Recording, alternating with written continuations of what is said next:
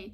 Recently, I asked you guys on a poll on Instagram and over on Facebook if you wanted me to do a selective mutism video really about my experience in public school system with teachers and with my peers and bullying and stuff like that. Or I asked if you guys wanted me to do a video, excuse me, or I asked if you guys wanted me to do a video on a way that you can spread kindness while you're in quarantine. And I was going to kind of give you guys a list of like 5 things you could do from home. 100% of my votes on both Instagram and Facebook asked me to do a selective mutism video. I was shocked, you guys. I was shocked that that is what you guys wanted to see. So I'm doing this video, and I'm gonna be completely honest. Sometimes I struggle with doing these videos because I always want to leave you guys with a video that you feel is encouraging, that you feel is helpful, that really I want to pump you guys up to be able to go and do things that you feel like you couldn't do normally, or inspire you with ideas of things that you didn't have before, because that's how my own mind operates. I always have to like challenge myself to do things, or I'm always searching for ideas to kind of inspire me to go out. And so I really want my channel to be that for you guys. With that being said, when I do selective mutism videos, or I do any videos really on mental health or wellness kind of videos, sometimes I feel like they're so heavy and kind of like depressing. I don't think they're depressing, but you guys know what I mean, especially probably because it's my story, so it just feels very like raw and heavy. And I don't want you guys to walk away from a video just feeling like bleh. I don't know if there's a better way to say this, but so sometimes I don't like to, but at the same time, I really believe it's every person's privilege to be able to share our story. And I think that there's so much growth in that and power in that when we can. And so I'm thankful that I can share about selective mutism with you guys, and I really hope that it does inspire you. I hope it gives you knowledge if you know somebody who has selective mutism, or even if you don't, just more knowledge about selective mutism in general. I hope it teaches us maybe some things that we can do differently.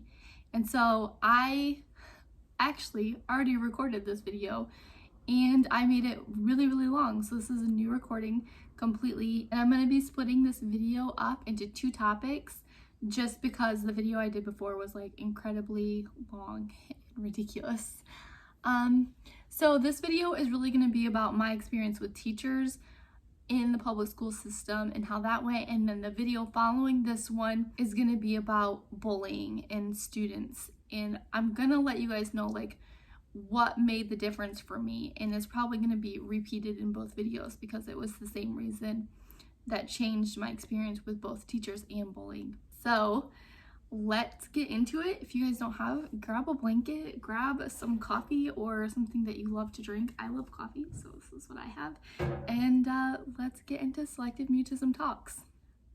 Some of these stories you guys may have either read because I've posted a lot of stories on my Instagram and my Facebook. Sometimes it's just easier for me to write out my experiences than it is to actually do these kind of videos. And so you guys may have read some of these stories, so forgive me if it's a little bit of a repeat. I really want to point out that in general, I went to one school that I'm going to be talking the majority about, and that's because that's really where a lot of the difficulties that I struggled with came in.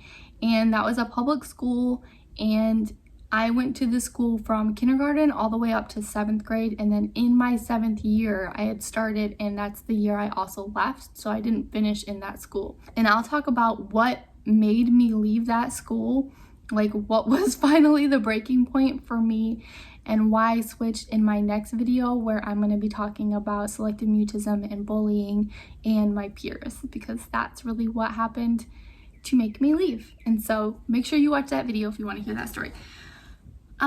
But as far as teachers go in the public school system, I really experienced one of 3 reactions from teachers in general, and it was either that I was basically just overlooked, they didn't know how to deal with me, And so it was easier to just kind of ignore me and not deal with me at all. Or they were frustrated with me and thought that I was almost just rebellious or stuck up, or that I was just unwilling to go along with what they were asking of me to do. And so they really just thought I was stubborn and hard-headed, I guess. Or the third way that a lot of teachers treated me, and I think this is probably the majority of them, where they would be grouped as far as in the public school anyway, was that I was just uneducated and that I didn't deserve to be in their class, and that I was kind of an annoyance to them because they thought that I couldn't read, or I couldn't do math, or I couldn't do a lot of things that the rest of the class was doing. And so I want to point out that it was not that I couldn't do those things.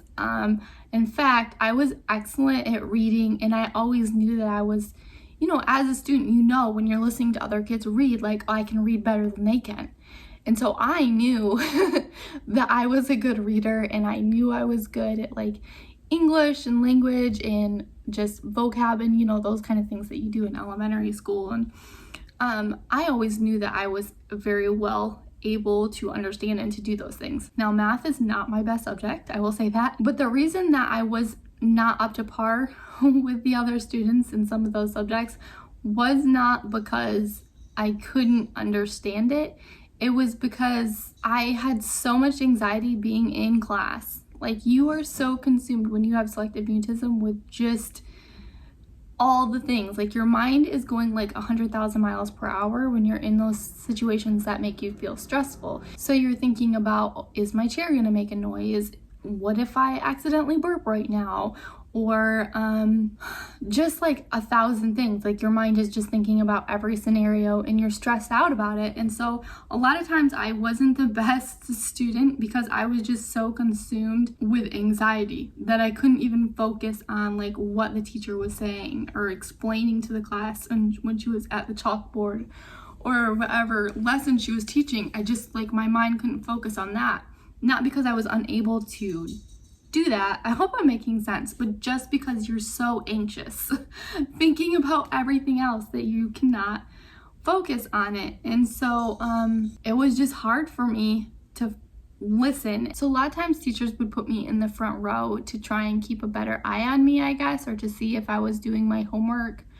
And a lot of them, like, my parents would get messages or calls about how I just wasn't up to par as far as like, especially math, but really, like, I can remember getting pulled into private rooms and being asked to read things because they thought I just couldn't read and I could. If anybody had tried to take the time with me in a smaller setting or one-on-one to try and say, teach me math or teach me anything, like, I know they can't do that with every student, but nobody had even ever tried to connect with me in any way, really, other than an art teacher I had, Miss Christensen, and she was probably the one exception in that school, at least that I can remember, you guys. I'm not saying I can't remember every teacher specifically. So as far as a teacher who I can remember standing out because she connected with me and she treated me kindly, not just like I was just there and kind of a nuisance. But she treated me kindly and connected with me. So I remember her very well. I'm gonna give her props.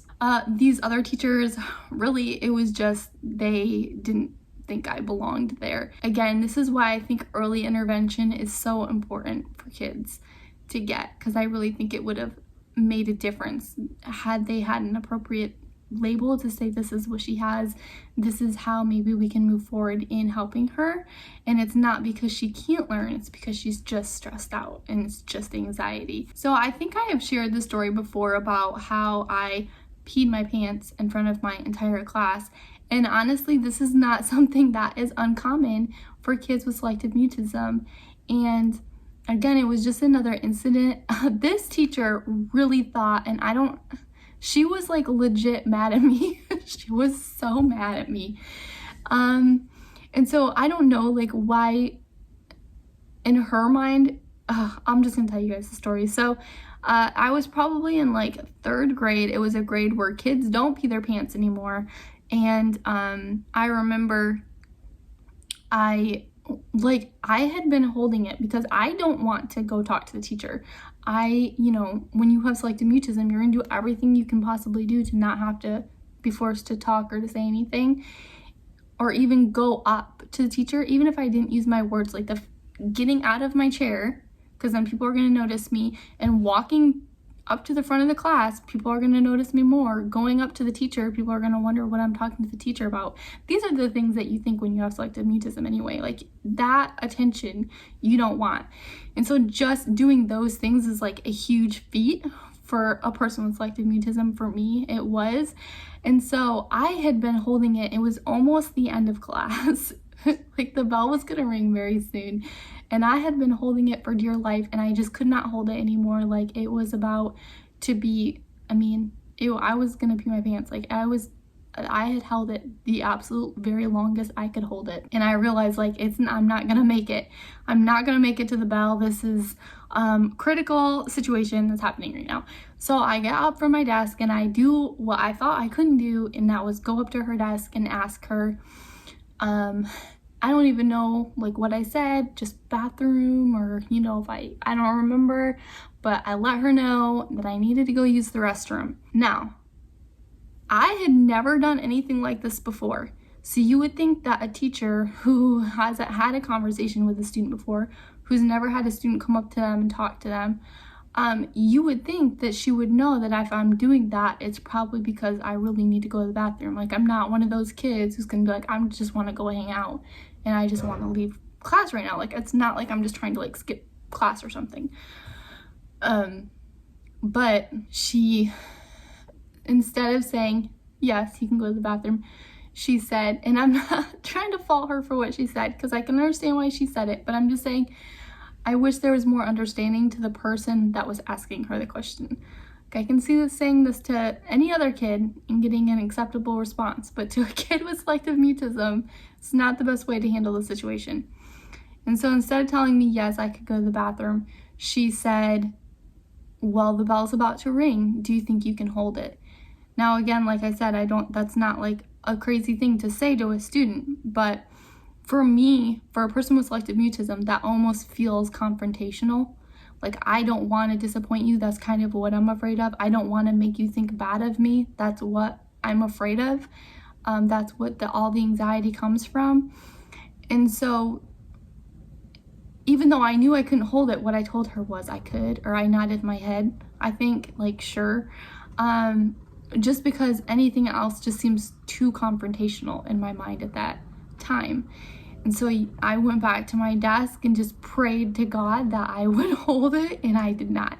And again, I'm sitting directly in the front row of all the students, so I go and I sit down, and probably immediately after I sit down, like, I pee at my desk, and like there's a puddle under my desk and in my chair. I'm sorry. So the bell rings. Kids, before we go out of class, they all had to go up to the front of the class, and we had to like line up at the door.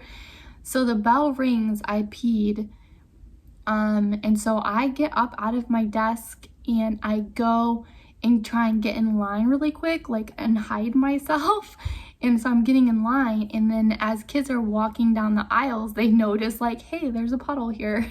So this boys noticed that I had made an accident, and they were like, who, there's something on the ground. Who did that? Oh, this is Danielle's desk, because name tags. And then, of course, the whole entire class is staring at me. And the teacher says to me in front of everybody, like, I thought you said you could hold it. Why didn't you just hold it? Why didn't you go if you had to go? So she was pretty mad at me. And I'm sure because she had to clean it up, so she wasn't very happy about it. And my mom was called, because it wasn't like time to go. It was like lunch, or it was something. It wasn't the end of school that day. So my mom was called, and she came in, and then my mom was pretty upset with the teacher. Like, if Danielle comes up to the desk and asks you anything, it's because she needs it. She's not going to come up for no reason. And so, she gave my teacher a talking to. And then they gave me, so embarrassing. It was like, back then in elementary school, they would have boxes of like things that probably got left from other students throughout the years. And so it was like old, like think thrift store, but like horrible mismatched things. And so they basically were like, because I was so bad, I had to change my shirt and my pants. Like, I don't know how that happened, but I remember I had to change like my entire outfit.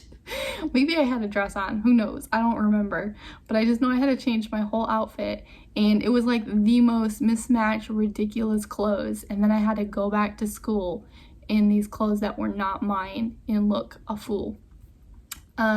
So that happened, and that was like honestly the beginning of like my downward spiral with probably my peers thinking I'm a mess, and then also teachers just not understanding me. Like, why would a child do this? And they just did not understand me at all.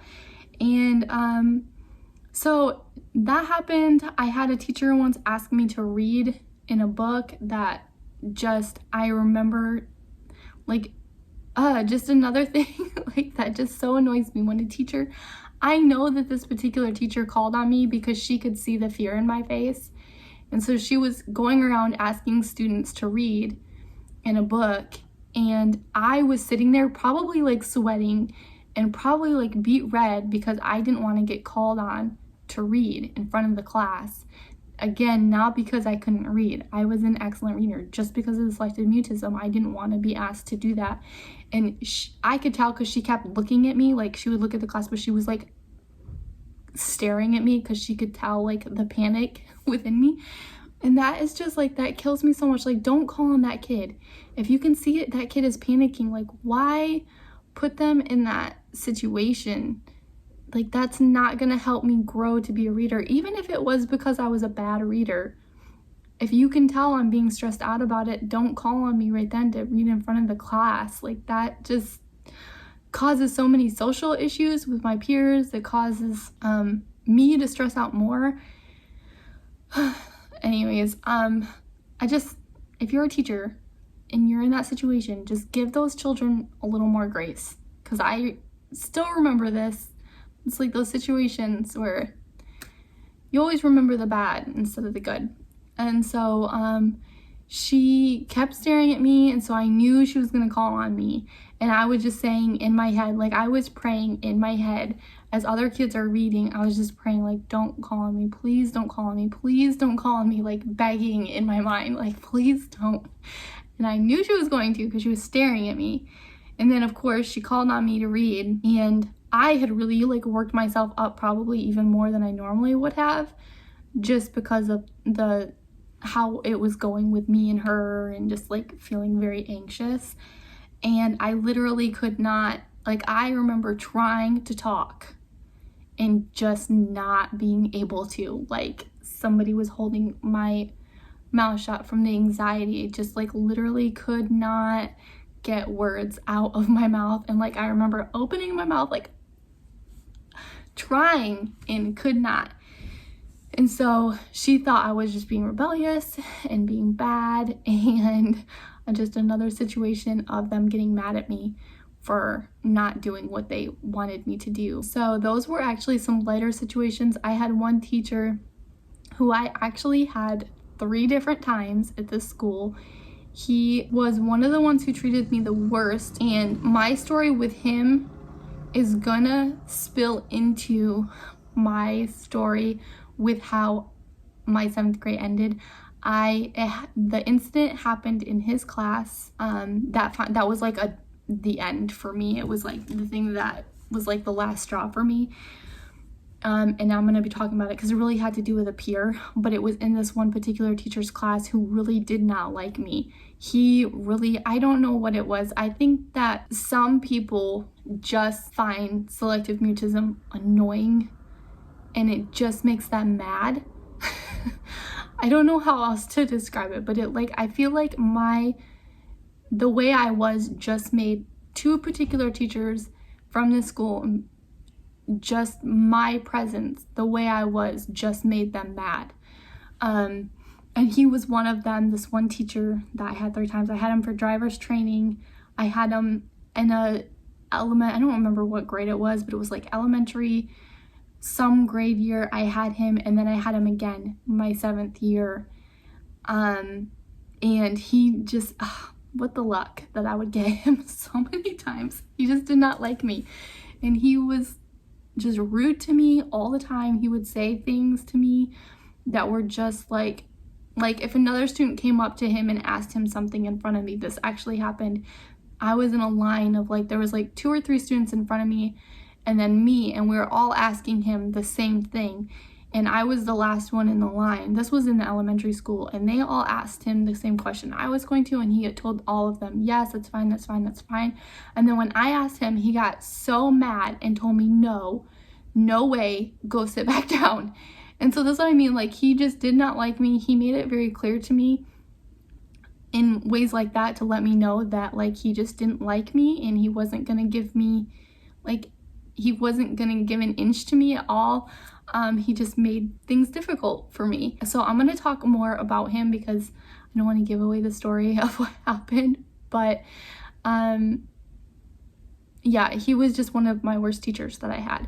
And then I also had another teacher who, for the same reason, I annoyed her, and she kind of just let me know it. She made me stand in front of my class once and to say mean things about me in front of my class. She kind of just like made fun of me because I brought in a note asking if I could not partake in something. And again, this was because of a selective mutism thing. It just made me very anxious and uncomfortable, something she was asking us to do. So I went home crying that night, probably, telling my mom I didn't want to do it because it was stressing me out. And so my mom wrote a note asking her if I could not take part in this particular activity it had nothing to do with learning. It was just like some weird thing that she thought would be fun that she wanted to make us do, and I did not want to do it. And so my mom wrote her a note saying not to have me do that, and she made me stand in front of the class so she could read my note, the note my mom wrote, and talk about how ridiculous it was and kind of make fun of me in front of the class. And so that was embarrassing. So she just treated me bad like that too. She treated me kind of like a pebble in her shoe. Like I was just very inconvenient for her to have to deal with. And unfortunately, that is how I felt at that school in general. I felt like I was an inconvenience all around to everybody. Like, just felt like everybody did not want me there, from teachers to students to everybody in between. And so I hate to end something that way. So I'm gonna tell you guys like what made things better. In a nutshell, my experience was just very poor. I was never given help. I was never given like an opportunity to like be looked at or be understood. It was more like, where are we gonna put her so we don't have to deal with her? How are we gonna manage the situation? She's never gonna be good enough. She's never gonna be up to par with the other students. Like that was like constantly like what like my parents were being told. That's constantly like how I felt. Like I was just not gonna get it. And I really have to say, like, when you have selective mutism, those are like, it was like my worst fears becoming reality, especially with the way I was treated with my peers. Like, you don't want to be thought of or looked at in any negative way when you have selective mutism. That's where, at least for me, that's where my anxiety came from. I really wanted to be accepted. I was always afraid I was just gonna mess up. And so to being told that you are messing up, that you are all those things, like, it was just horrible. And so, and the more that like you're yelled at, or the more that you're told you can't do something, the more it just kind of makes you want to like hide away. It never made me like want to get better and talk more. It really has the opposite effect. So an incident happened, which you guys are gonna have to watch my next video to find out about that. But an incident happened that made me decide to leave in my 7th grade. And so when I left, I went to a new school that was a charter school. And so the reason I know for certain that I could have been a good student, the reason I know for certain that my experience did not have to be that way, is because when I switched to this charter school, it was mind-blowing to me as a child, the difference of how I was treated, not only with teachers, but also with my peers. It was a day and night difference. And I was the exact same person. I did not change. I didn't all of a sudden start talking more. I was exactly the same. And so I think that having smaller classroom setting made a big difference to me. I think just being looked at and teachers taking the time to say hi to me and get to know me made a difference. Not like I made huge bonds with any of them or anything, but they were just kinder. Like, it was just much better. I was much less anxious and stressed out in this school than I was the other school. And my grades in the public school were like D's. They were really bad. I mean, not in every subject. Like, I always did good in reading and like language and stuff. So those were probably like B's. I don't really remember, but I know like across the board my grades were pretty bad, like D's and C's. And then when I went to the charter school, from the time I started there until my senior year, I was an A student and I was a teacher's assistant. And so it was just a huge difference, huge difference. And so if you have a student who has selective mutism and they are just really struggling at their school, I would just ask you to consider possibly putting them into a different school. If it doesn't work, then fine. You can put them back in the school they're at. But it might also make all the difference in the world. So give it a shot. I hope and pray that it makes a difference for them like it did for me. Again, I was never diagnosed at the charter school. Just people were much more respectful and patient with me. And I think largely because I was treated differently by my peers, I think that made it maybe the biggest difference. Because even though I was still quiet and weird, a lot of them thought I was a foreign exchange student because I didn't talk. And so that kind of just amused me and I thought it was funny. But I think because I was treated so much nicer by my peers in that school, that it just made my anxiety so much less, that I was able to concentrate better, even just listening to lessons being taught and things like that. Like, I was just able to focus because I wasn't worried about students, doing things to me or judging me or whatever. And so I would just say, and I hope this is helpful to anybody who has selective mutism, and definitely like be open to trying other schools, be open to even trying homeschool, like whatever is going to work for your child to help them excel in a situation where they're not going to be totally stressed out day after day. I would come home from school every day when I went to that public school for years. I would come home and just cry because it was so difficult. And you don't want to, like, that is not going to help a kid with selective mutism grow. So just be listening to them, look for signs. Are they being overlooked? Are they being treated badly? And if they are, just consider pulling them out of that school and finding a different one. If you can possibly at all do anything different, then try. So I love you guys. I hope that wasn't like super heavy. That's sometimes why I don't like doing these videos, but you guys asked for this video, so here it is. And I hope you guys liked it, and be looking for the next part to this video coming up very soon. All right, I love you guys. Bye.